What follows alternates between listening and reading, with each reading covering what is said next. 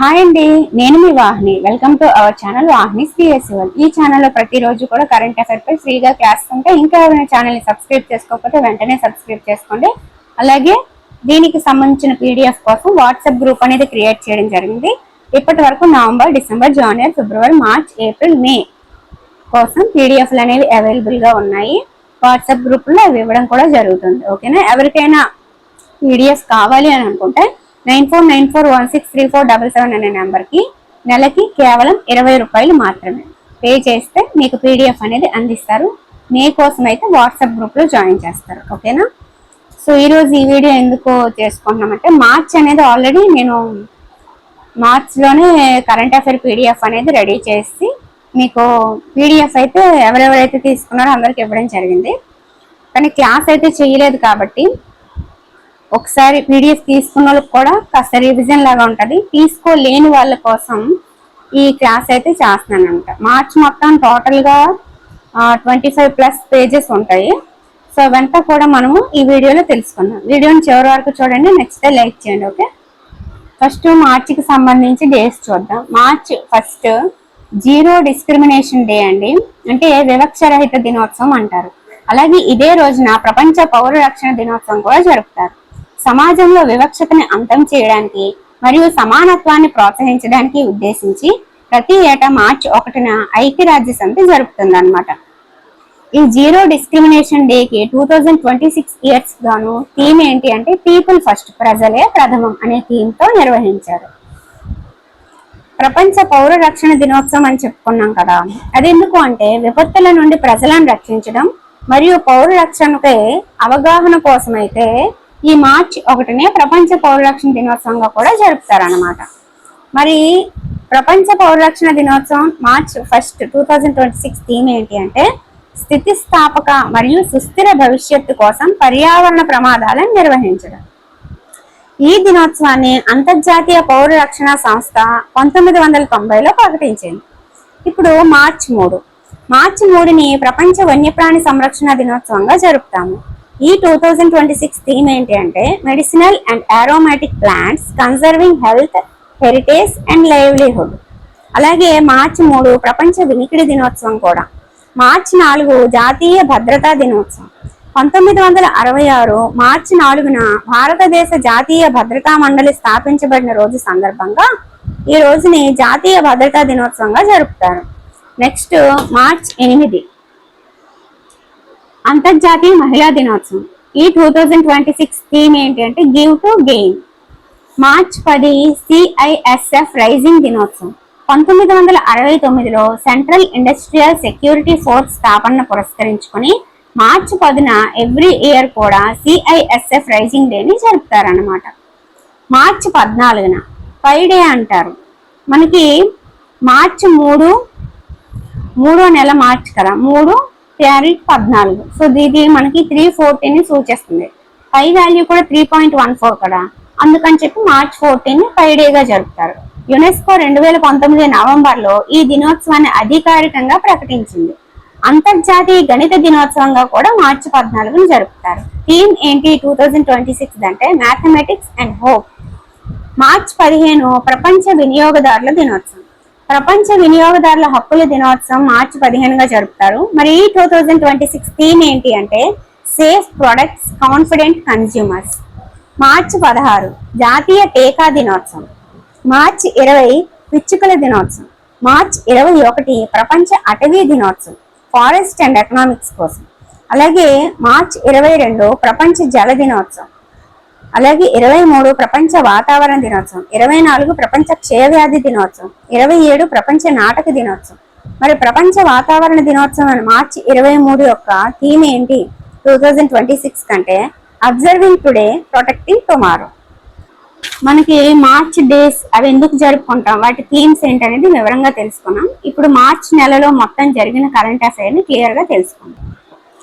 Iran పై operation Lions road పేరుతో Israel, America సమిష్టి దాడిని ప్రారంభించాయి. ఇజ్రాయెల్ ప్రధాని నెతన్యాహు, అమెరికా అధ్యక్షుడు డొనాల్డ్ ట్రంప్, ఫ్రాన్స్ అధ్యక్షుడు మెక్రాన్. దేశవ్యాప్తంగా HPV టీకా కార్యక్రమం ప్రారంభమైంది. శనివారం రాజస్థాన్లోని అజ్మేర్లో ప్రధాని మోదీ దీనిని ప్రారంభించారు. మహిళల్లో గర్భాశయ ముఖద్వార క్యాన్సర్తో పాటు నివారించదగిన మరికొన్ని రకాల క్యాన్సర్లను అరికట్టడమే లక్ష్యంగా కేంద్రం ఈ కార్యక్రమాన్ని చేపట్టింది. ముఖ్యంగా హ్యూమన్ ప్యాపిలోమా వైరస్ HPVని ఇది అరికడుతుంది. 14 సంవత్సరాల బాలికలకి సింగిల్ డోస్ గార్డాసిల్ 4 అనే టీకాని ఆరోగ్య కేంద్రంలో ఉచితంగా పంపిణీ చేస్తున్నారు. ఇరాన్ రాజధాని టెహ్రాన్, ఖతార్ రాజధాని దోహా, UAE రాజధాని అబుదాబి, బొలీవియా రాజధాని లాపాస్.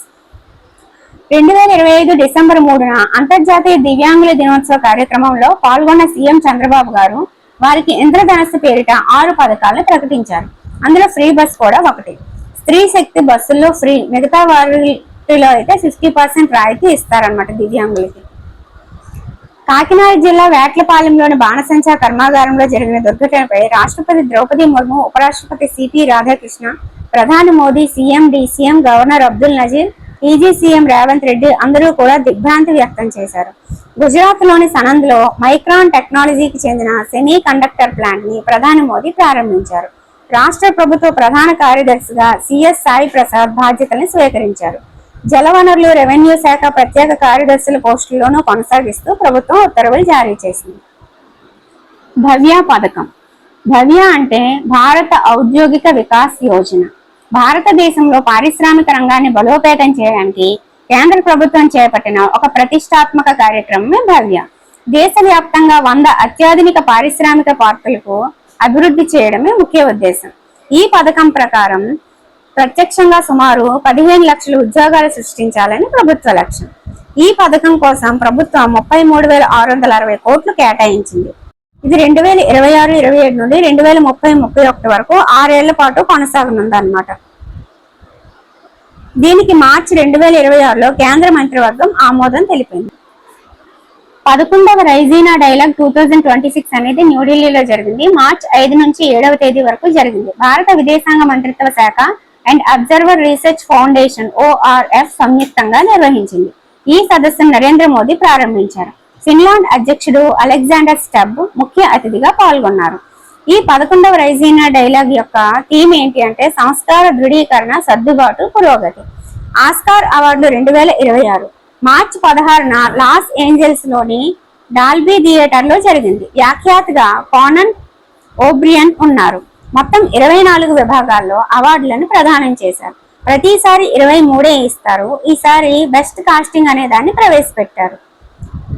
బెస్ట్ పిక్చర్ గా one battle after another, best actor గా Michael B. Jordan, best actress గా జెస్సీ బక్లీ, బెస్ట్ డైరెక్టర్ గా పాల్ థామస్ అండర్సన్ ఉన్నారనమాట.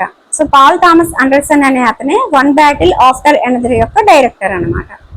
నెక్స్ట్, ప్రధాని నరేంద్ర మోదీతో బ్రెజిల్ అధ్యక్షుడు లూలా డా సిల్వా సమావేశమయ్యారు. ఇతను భారత్ లో ఫిబ్రవరి 18 నుంచి 22 వరకు పర్యటించారు.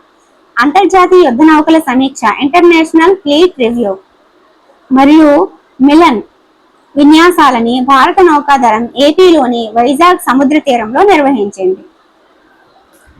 వీటితో పాటు హిందూ మహాసముద్ర నౌకాదళ symposium, Indian ocean naval symposium IONS అన్నమాట, దాన్ని కూడా వైజాగ్ లో నిర్వహించారనమాట. అది కూడా వైజాగ్ లోనే జరిగింది. సో ఇక్కడ మనకి మిలన్ విన్యాసాలు, అంతర్జాతీయ యుద్ధ నౌకల సమీక్ష మరియు మిలన్ విన్యాసాలు ఎక్కడ జరిగాయంటే వైజాగ్ అని గుర్తుపెట్టుకోండి. వాటితో పాటు IONS అది కూడా మనకి వైజాగ్ లోనే జరిగింది. దేశ స్వాతంత్ర చరిత్రలో ఒకేసారి 3 ప్రధాన నౌకాదళ కార్యక్రమాలు IFR, మిలన్, అయాన్స్ నిర్వహించడం ఇదే తొలిసారి అనమాట. అయాన్స్ అంటే IONS అండి, ఇండియన్ ఓషన్ నేవల్ సింపోజియం. అలాగే మిలన్ అంటే చూసాము, మిలన్ అంటే బహుపాక్షిక నావికా విన్యాసాలు. తర్వాత IFR అంటే ఇంటర్నేషనల్ ఫ్లీట్ రివ్యూ అన్నమాట. సో IFR, మిలన్, తర్వాత అయాన్స్ అనేది 3 ఒకసారి జరగడం ఇదే తొలిసారంట. సౌభ్రాతృత్వం, సహకారం, సమన్వయం అనేది వీటి యొక్క నినాదం. ప్రధాని ఫిబ్రవరి 25, 26 తేదీల్లో ఇజ్రాయెల్లో పర్యటించారు. మోదీ ఇజ్రాయెల్లో పర్యటించడం ఇది రెండోసారి. 2017 జూలైలో ఆయన తొలిసారి సందర్శించారనమాట. ఇండోనేషియాలో 16 ఏళ్లలోపు పిల్లలకి సోషల్ మీడియాని నిషేధించారు. కేరళ పేరుని కేరళంగా మార్చే ప్రతిపాదనకి కేంద్ర కేబినెట్ ఆమోదం తెలిపింది. PM రాహత్ పథకం, రోడ్డు ప్రమాద బాధితులకి 1.50 లక్షలు అంటే 1,50,000 వరకు ఉచిత వైద్య సేవలు అందించే పథకమే PM రాహత్ పథకం అనమాట. Prime minister road accident victims hospitalisation and assured treatment PM Rahat గా నామకరణం చేశారు. గ్రామీణ ప్రాంతాల్లో ప్రతి ఇంటికి కుళాయి ద్వారా రక్షిత మంచినీరు అందించే జల జీవన్ మిషన్ పథకం కాల పరిమితిని కేంద్ర ప్రభుత్వం 2028 డిసెంబర్ వరకు పొడిగించింది. 2026 మార్చి 8న గుజరాత్ లోని అహ్మదాబాద్ లోని నరేంద్ర మోదీ స్టేడియంలో జరిగిన ఫైనల్లో సూర్యకుమార్ యాదవ్ సారథ్యంలోని భారత పురుషుల క్రికెట్ జట్టు 96 పరుగుల తేడాతో న్యూజిలాండ్ పై విజయం సాధించింది. ఐసీసీ 10వ పురుషుల T20 ప్రపంచ కప్ 2026 విజేత ఎవరు అంటే భారత్ అన్నమాట. ప్లేయర్ ఆఫ్ ద మ్యాచ్ గా బుమ్రా, ప్లేయర్ ఆఫ్ ద టోర్నీగా సంజు శాంసన్ నిలిచారు. కెనడా ప్రధాని మార్క్ కార్నీ 2026 ఫిబ్రవరి 27 నుంచి మార్చి 2వ తేదీ వరకు భారత్ లో పర్యటించారు. కువైట్ ప్రభుత్వం ఇక నుంచి 18 ఏళ్లు దాటిన వారికి ఆ దేశ మిలిటరీలో సేవ చేయడం తప్పనిసరి చేస్తూ చట్ట సవరణ చేసింది. వజ్రప్రహార్ అంటే భారత్ అమెరికా 16వ విడత వజ్రప్రహార్ సంయుక్త మిలిటరీ విన్యాసాలు ఫిబ్రవరి 24 నుంచి మార్చి 16 వరకు హిమాచల్ ప్రదేశ్ లోని బక్లోహ్లో జరిగాయి. అస్సాంలోని గోహట్లో మార్చి 13న జరిగిన వివిధ కార్యక్రమాలలో ప్రధాని నరేంద్ర మోదీ పాల్గొని ఈ సందర్భంగా ప్రధానమంత్రి కిసాన్ సమ్మాన్ నిధి పథకం 22వ విడత కింద దేశవ్యాప్తంగా 9.3 కోట్ల మంది రైతుల ఖాతాల్లో 2,000 చొప్పున జమ చేశారు. ఈ పథకం కేంద్ర ప్రభుత్వం చిన్న సన్నకారు రైతులకు ఏడాదికి 6,000 ఆర్థిక సహాయం అందించే పథకం. అదే పిఎం కిసాన్ అన్నమాట. ఈ మొత్తం 2,000 చొప్పున 3 విడతల్లో నేరుగా రైతుల ఖాతాల్లోకి వెళ్తుంది అన్నమాట. 2019లో ఈ పథకం అయితే ప్రారంభమైంది. అలాగే ప్రధానమంత్రి యొక్క కొన్ని పథకాలు చూద్దాం. పిఎం జన్ధన్ యోజన ఇది 2014లో స్టార్ట్ అయింది. ఎందుకోసం అంటే పేదలకు బ్యాంకింగ్ సేవలు అందించడం కోసం.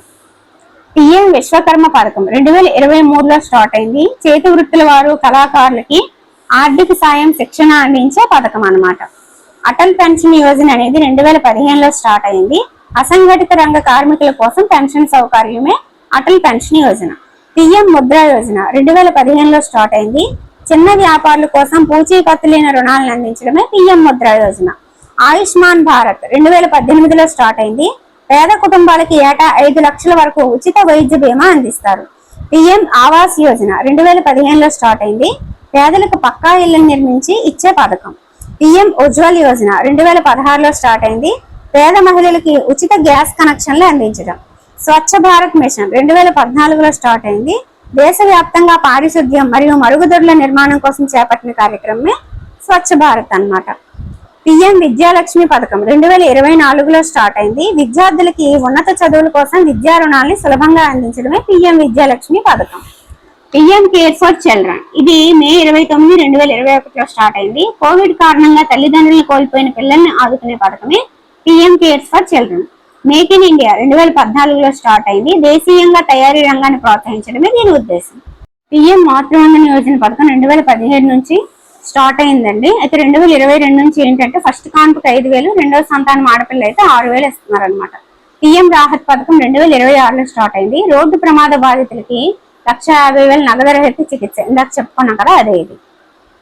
భారతదేశం ఫిబ్రవరి 2026లో ప్రహార్ పేరుతో తన మొదటి సమగ్ర జాతీయ ఉగ్రవాద నిరోధక విధానాన్ని ప్రకటించింది. ఇది ఉగ్రవాదంపై జీరో టాలరెన్స్ అంటే సహనం లేని విధానాన్ని అవలంబిస్తుంది అన్నమాట. సో ప్రహార్ గుర్తుపెట్టుకోండి. మార్చి 12 మారిషస్ 57వ జాతీయ దినోత్సవ వేడుకలకి ప్రధాని మోదీ ముఖ్య అతిథిగా హాజరై ఆ దేశ అత్యున్నత పౌర పురస్కారాన్ని అందుకున్నారనమాట. 2027 మార్చి నాటికి ఏపీని భూ వివాదాలు లేని రాష్ట్రంగా మార్చాలని ముఖ్యమంత్రి చంద్రబాబు నాయుడు లక్ష్యంగా పెట్టుకున్నారు. భారతదేశ తొలి గవర్నర్ జనరల్ సి రాజగోపాలాచారి విగ్రహాన్ని ఢిల్లీలోని రాష్ట్రపతి భవన్లో రాష్ట్రపతి ద్రౌపది ముర్ము ఫిబ్రవరి 23న ఆవిష్కరించారు. ధనుర్వాతం డిఫ్టీరియా వ్యాక్సిన్ ని స్వదేశీ పరిజ్ఞానంతో తయారైన కేంద్ర వైద్య ఆరోగ్య శాఖ మంత్రి జేపీ నడ్డా ఫిబ్రవరి 21న ఆవిష్కరించారు. దీని ఏంటంటే స్వదేశీ పరిజ్ఞానంతో తయారైంది వ్యాక్సిన్. హిమాచల్ ప్రదేశ్ లోని కసౌలీలో ఉన్న సెంట్రల్ రీసెర్చ్ ఇన్స్టిట్యూట్స్ లో ఈ కార్యక్రమాన్ని నిర్వహించారనమాట. దేశంలోని తొలిసారిగా కారుణ్య మరణానికి సుప్రీంకోర్టు అనుమతిచ్చింది. 2026 మార్చి 11న తీర్పిచ్చింది. 13 ఏళ్లుగా కోమాలో ఉన్న హరీష్ రాణా అనే వ్యక్తి కారుణ్య మరణానికి కోర్టు అనుమతిచ్చింది. గ్రామీణ పేదరిక నిర్మూలన సొసైటీ ఏర్పాటై 25 ఏళ్లు పూర్తయిన సందర్భంగా మార్చి 8న అమరావతిలో నిర్వహించిన సభలో సీఎం చంద్రబాబు పాల్గొన్నారు. డ్వాక్రా మహిళలకు తక్కువ వడ్డీకి రుణాలు ఇచ్చేందుకు ఎన్టీఆర్ విద్యాలక్ష్మి, ఎన్టీఆర్ కళ్యాణ లక్ష్మి అనే 2 పథకాన్ని ప్రారంభించారు. సీఎం చంద్రబాబు స్వయం ఏపీ అనే లోగోను పొదుపు ఉత్పత్తుల మార్కెటింగ్ కి ఆవిష్కరించారు. కృష్ణా జిల్లా గన్నవరం నియోజకవర్గం సోరంపల్లిలో మార్చి 13న నిర్వహించిన అన్నదాత సుఖీభావ 3వ విడత నిధుల్లో సీఎం చంద్రబాబు పాల్గొన్నారు. రంజీ ట్రోఫీ 2025-26లో జమ్మూ కాశ్మీర్ క్రికెట్ జట్టు విజేతగా నిలిచింది. 68వ గ్రామీ అవార్డు అమెరికాలోని కాలిఫోర్నియాలోని లాస్ ఏంజల్స్ లోని crypto.com ఎరీనాలో వీటి ప్రధానోత్సవ వేడుక అయితే జరిగింది. మొదట్లో వీటిని గ్రామఫోన్ అవార్డులు అనేవారు. అలా అవి గ్రామీ అవార్డులుగా మారాయన్నమాట. సంగీత రంగంలో అత్యంత ప్రతిష్టాత్మకమైన పురస్కారమే ఈ గ్రామీ అవార్డులు. ఆల్బమ్ ఆఫ్ ది ఇయర్ గా bad Bunny, record of the year గా క్రెండిక్ లామర్, సాంగ్ ఆఫ్ ది ఇయర్ గా బిల్లీ ఎలిష్ ఉన్నాయి. టిబెటన్ ఆధ్యాత్మిక గురువు దలైలామా గ్రామీ అవార్డుని గెలుచుకున్నారు. Audio books narration and story telling విభాగంలో ఈయన గెలుచుకున్నారన్నమాట. దక్షిణ కొరియాకి చెందిన ప్రఖ్యాత కే పాప్ బృందం ఈసారి తొలిసారిగా గ్రామీణ పురస్కారాన్ని దక్కించుకుంది. ప్రఖ్యాత దర్శకుడు స్టీవెన్ స్పీల్బర్గ్ కూడా తొలిసారి గ్రామీ పురస్కారం వచ్చింది. ఇవి ఎన్నోవి అంటే 68వ గ్రామీ అవార్డు. ఓబీసీ సంపన్న శ్రేణి క్రీమీ లేయర్ నిర్ధారణకి తల్లిదండ్రుల జీతాలు మాత్రమే ప్రామాణికం కాదని, వారి ఉద్యోగ హోదా, ఆ పోస్ట్ కేటగిరీని కూడా పరిగణనలోకి తీసుకోవాలని justice PS Narasimha, justice R Mahadevan ధర్మాసనం 2026 మార్చి 12న తీర్పు వెలువరించింది. పార్లమెంటును రద్దు చేస్తున్నట్లు కొసావో దేశ అధ్యక్షురాలు విజోసా ఉస్మానీ మార్చి 6న ప్రకటించారు. ప్యాక్స్ సిలికా కృత్రిమ మేధ పురోగతికి అవసరమైన సెమీ కండక్టర్ల సరఫరా గొలుసు భద్రత కోసం ఇతర దేశాలపై ఆధారపడకుండా ఉండేందుకు అమెరికా ఈ ప్యాక్స్ సిలికా ప్రోగ్రామ్ ని ఏర్పాటు చేసింది. ఢిల్లీలోని ఏఐ ఇంపాక్ట్ సమ్మిట్ లో ఫిబ్రవరి 20న భారత్ ప్యాక్స్ సిలికా కూటమిలో చేరుతూ సంతకం చేసింది. ఇందులో Australia, Greece, Israel, Japan, Qatar, దక్షిణ Korea, Singapore, United Arab Emirates, UK సభ్య దేశాలుగా ఉన్నాయి. అరుదైన ఖనిజాల కోసం చైనాపై ఆధారపడటాన్ని తగ్గించడమే ప్రథమ ప్రాధాన్యంగా ఈ ప్యాక్స్ సిలికా అయితే ఏర్పాటైంది.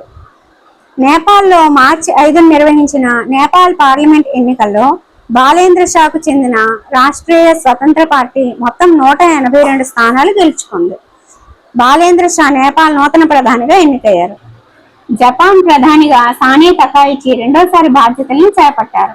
పర్యావరణ పరిరక్షణ కోసం భారత ప్రధాని నరేంద్ర మోదీ పిలుపునిచ్చిన ఏక్ పేడ్ మాకే నామ్, అమ్మ పేరుతో ఒక మొక్క కార్యక్రమం ఇజ్రాయిల్లో కూడా ప్రారంభమైంది. యూదుల పర్యావరణ దినోత్సవమైన తూ బిష్వత్ పండుగను పురస్కరించుకుని 300 మొక్కలు మెషావ్ నవాతిన్ ప్రాంతంలో నాటారు.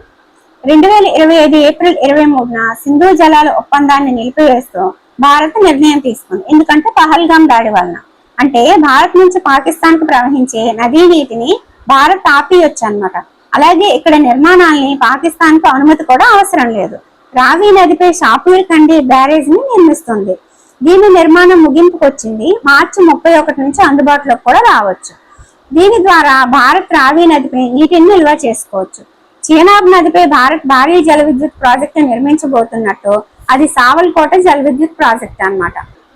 రాజస్థాన్ లోని పోఖ్రాన్ ఎడారిలో ఫిబ్రవరి 24న సైన్యం అగ్ని వర్ష పేరుతో భారీ విన్యాసాలను నిర్వహించింది. కేంద్ర ప్రభుత్వం రూపకల్పన చేసిన వికసిత్ భారత్ 2047 కార్యక్రమంలో విద్యార్థులను భాగస్వాములు చేస్తూ దేశంలోని అన్ని విశ్వవిద్యాలయాల్లో మై భారత్, వికసిత్ భారత్ యువ కనెక్ట్ పేరుతో సదస్సులు నిర్వహిస్తోంది. దేశవ్యాప్తంగా రైతుల వ్యవసాయ రుణ బకాయిల్లో ఏపీ 2వ స్థానంలో ఉన్నట్లు కేంద్ర ఆర్థిక శాఖ సహాయ మంత్రి పంకజ్ చౌదరి మార్చి 9న లోక్సభకు వెల్లడించారు. రాజధాని అమరావతిలో 119 కోట్లతో తెలుగు సాంస్కృతిక కేంద్రం ఏర్పాటు చేయాలని మార్చి 10న వెలగపూడి సచివాలయంలో సీఎం చంద్రబాబు ఆమోదం తెలిపారు. ప్రపంచ వన్యప్రాణి దినోత్సవం సందర్భంగా గుంటూరు జిల్లా మంగళగిరిలోని ఏపీఎస్పీ బెటాలియన్ మైదానంలో మార్చి 3న హనుమాన్ అంటే healing and nurturing universe for monitoring aid and nursing of wild life అంటే హనుమాన్ ప్రాజెక్ట్ అన్నమాట. దీన్ని ఉప ముఖ్యమంత్రి పవన్ కళ్యాణ్ ప్రారంభించారు. Reserve bank of India RBI ఒడిశాలోని భువనేశ్వర్ లో అత్యంత సురక్షిత హై సెక్యూరిటీ డేటా కేంద్రాన్ని నిర్మించింది. ఏపీ రాష్ట్ర ప్రభుత్వం కొత్తగా department of science, technology and innovation పేరుతో ప్రత్యేక విభాగాన్ని నెలకొల్పింది. ఆంధ్రప్రదేశ్ ప్రభుత్వం గ్రామ పంచాయతీల్ని జనాభా అండ్ వార్షిక ఆదాయం ఆధారంగా 4 రకాలుగా పునర్వర్గీకరించింది. ఈ పునర్వర్గీకరణకి మార్చి 9న ఆమోదిస్తూ ఉత్తర్వులు జారీ చేస్తుంది. ఇప్పుడున్న 3 ఇకపై 4 రకాలు కానున్నాయన్నమాట. ఇందులో ఒకదాన్ని కొత్తగా రోడ్బన్ పంచాయతీగా నిర్ణయించారు. రోడ్బన్ పంచాయతీలు జనాభా 10,000కు పైగా ఉంటే, వార్షిక ఆదాయం 1 కోటి రూపాయల కంటే ఎక్కువ ఉన్నప్పుడు, అలాగే గిరిజన ప్రాంతాల్లో అయితే 5,000 కన్నా ఎక్కువ ఉండాలన్నమాట. గ్రేడ్ 1 పంచాయతీలు అంటే జనాభా 3,000 నుంచి 10,000 మధ్య ఉండాలి. వార్షిక ఆదాయం అనేది 30 లక్షల కంటే ఎక్కువ, కోటి కన్నా తక్కువ ఉండాలి. గిరిజన ప్రాంతాల్లో జనాభా అనేది 2,500 నుంచి 5,000 మధ్య ఉంటే చాలు. ఇక్కడ చూసారా, గిరిజన ప్రాంతాల్లో 5,000 కంటే ఎక్కువ ఉంటే రోడ్బన్ పంచాయతీ అవుతుంది. ఇక్కడ గిరిజన ప్రాంతాల్లో జనాభా అనేది 2,500 నుంచి 5,000 ఉంటే గ్రేడ్ 1 పంచాయతీ అవుతుంది. మండల ప్రధాన కేంద్ర పంచాయతీ గ్రేడ్ 1 పరిధిలోకి వస్తుంది అనమాట. ఇప్పుడు గ్రేడ్ 2 పంచాయతీలు జనాభా 2,000 కన్నా తక్కువ ఉండాలి. గిరిజన ప్రాంతాల్లో 1,500 నుంచి 2,000 లోపు ఉండాలి. ఇది గ్రేడ్ 2 పంచాయతీ. రోడ్బన్, గ్రేడ్ 1, గ్రేడ్ 2. ఇప్పుడు గ్రేడ్ 3 పంచాయతీ జనాభా 1,500 కంటే తక్కువ ఉండాలన్నమాట. అనకాపల్లి జిల్లా రాంబిల్లి మండలం సీతపాలెంలో ప్రముఖ ఫార్మా సంస్థ బ్లూ జెట్ 2,300 కోట్ల పెట్టుబడితో ఏర్పాటు చేయనున్న హెల్త్ కేర్ యూనిట్ కి ఫిబ్రవరి 28న రాష్ట్ర విద్యా ఐటీ శాఖల మంత్రి నారా లోకేష్ శంకుస్థాపన చేశారు. జనాభా నిర్వహణ విధానంపై సీఎం చంద్రబాబు శాసనసభలో మార్చి 5న ముసాయిదా ప్రకటనని విడుదల చేశారు. జనాభా నిర్వహణకు 5 మూల స్తంభాలు. 1 మాతృత్వ తల్లుల ఆరోగ్యం పునరుత్పత్తి సంరక్షణ. 2 శక్తి మహిళా సాధికారత పనిలో భాగస్వామ్యం. 3 క్షేమ వృద్ధుల సంరక్షణ ఆరోగ్యకర జీవనం. 4 నైపుణ్యం కార్మిక శక్తిని తయారు చేయడం. 5 సంజీవని జీవితకాల ఆరోగ్య సంరక్షణ. 2వ బిడ్డ అంతకంటే ఎక్కువ మంది పిల్లల్ని కంటే ప్రసవ సమయంలో ఒక్కో బిడ్డ 25,000 అండ్ 18 సంవత్సరాల వరకు ఉచిత విద్య అందిస్తానని చెప్పారు. ప్రతి నెల 4వ శనివారం జనాభా నిర్వహణకై ప్రత్యేక కార్యక్రమాలు ఇక నుంచి నిర్వహిస్తామన్నారు. అన్నమయ్య జిల్లా ములకల చెరువు మండలం సోంపాల్యం చెన్నకేశవ స్వామి దీపస్తంభం వద్ద అస్పష్టంగా ఉన్న 2 శాసనాలు గుర్తించినట్లు చరిత్రకారులు మైనాస్వామి మార్చి 4న ప్రకటన చేశారు. రాజస్థాన్లోని జుంజున్ ప్రాంతంలో తోంగ్యా గ్రామ సమీపంలో పురావస్తు శాఖ జరిపిన తవ్వకాల్లో మధ్యయుగం నాటి ఆలయ ఆనవాళ్లు బయటపడ్డాయి. ప్రపంచ బాక్సింగ్ ఫ్యూచర్స్ కప్ లో చంద్రికా పూజారికి స్వర్ణం వచ్చింది. మార్చి 15న థాయిలాండ్ లో జరిగిన పోటీల్లో ఈమెకి స్వర్ణం వచ్చింది. ఇండియన్ ఓపెన్ క్రోస్ కాంపిటీషన్ లో తజిందర్ కి స్వర్ణం వచ్చింది. ఇవి మార్చి 7న జరిగాయి. FIH మహిళల హాకీ ప్రపంచ కప్ క్వాలిఫైర్స్ టోర్నీలో ఇంగ్లాండ్ జట్టు విజేతగా నిలిచింది. మార్చి 14న హైదరాబాద్ లో జరిగిన మ్యాచ్ లో ఇండియా రన్నర్ అప్ గా నిలిచింది. ఇంగ్లాండ్ విజేత, ఇండియా రన్నర్ అప్. FIH మహిళల హాకీ ప్రపంచ కప్ క్వాలిఫైర్స్ టోర్నీ. భారత ఫార్ములా 1 రేసర్ అతికా మీర్ కోట్సా రేస్ లో 3వ స్థానంలో నిలిచింది. మహిళల Asia cup rising stars T20 టోర్నీలో భారత్ ఏ జట్టు విజేతగా నిలిచింది. 2026 వింటర్ ఒలింపిక్స్ ఫిబ్రవరి 6 నుంచి 22 వరకు జరిగాయి. ఇటలీలోని మిలన్ మరియు కోర్టినా డి అబ్సెన్జోలో జరిగాయి. 25వ వింటర్ ఒలింపిక్స్ 2026 యొక్క థీమ్ ఏంటంటే ఇట్స్ యువర్ వైబ్. మస్కట్లు ఏంటి అంటే టీనా అండ్ మిలో. ఇవి స్టోక్స్ అనే ఉడత జాతికి చెందినవి అన్నమాట. టీనా అంటే తెల్లని రంగులో ఒలింపిక్స్ కు ప్రాతినిధ్యం. మిలో అంటే గోధుమ రంగులో పారాలింపిక్స్ కు ప్రాతినిధ్యం వహిస్తుంది. ఇవి టీనా, మిలో మస్కట్లు. ఉద్ఘాటన వేడుక శాన్ సిరోలో జరిగింది. ముగింపు వెరోనా ఒలింపిక్స్ అరీనాలో జరిగింది. నార్వే 41 పథకాలతో మొదటి స్థానంలో ఉంది. 2030 వింటర్ ఒలింపిక్స్ అనేవి ఫ్రాన్స్ లో జరగనున్నాయి. 2026 మార్చి 6 నుంచి 15 వరకు వింటర్ పారాలింపిక్స్ జరుగును. ఈ క్రీడలు 1976లో స్టార్ట్ అయ్యి ఇవి 50 ఏళ్ళు పూర్తయిన సందర్భంగా ఈసారి జరగబోతున్నాయి అన్నమాట. ఇవి ఇటలీలోని మిలన్ అండ్ కోర్టినా డి అబ్సెన్జోలో జరిగాయి. విజేత చైనా 15 పథకాలు, మొత్తం 44 పథకాలు, అందులో 15 స్వర్ణం, 13 వెండి, 16 కాంస్యం. Second America, third Russia. So ఇవ్వండి మార్చి మొత్తం కరెంట్ అఫైర్ ని కూడా క్లియర్ గా ఎక్స్ప్లెయిన్ చేసుకున్నాము. ఈ వీడియో మీకు నచ్చితే లైక్ చేయండి, వీలైతే మీ ఫ్రెండ్స్కి షేర్ చేయండి. PDF కావాలంటే 9494163477 అనే నెంబర్కి వాట్సాప్లో మెసేజ్ చేయండి. Okay friends, thank you.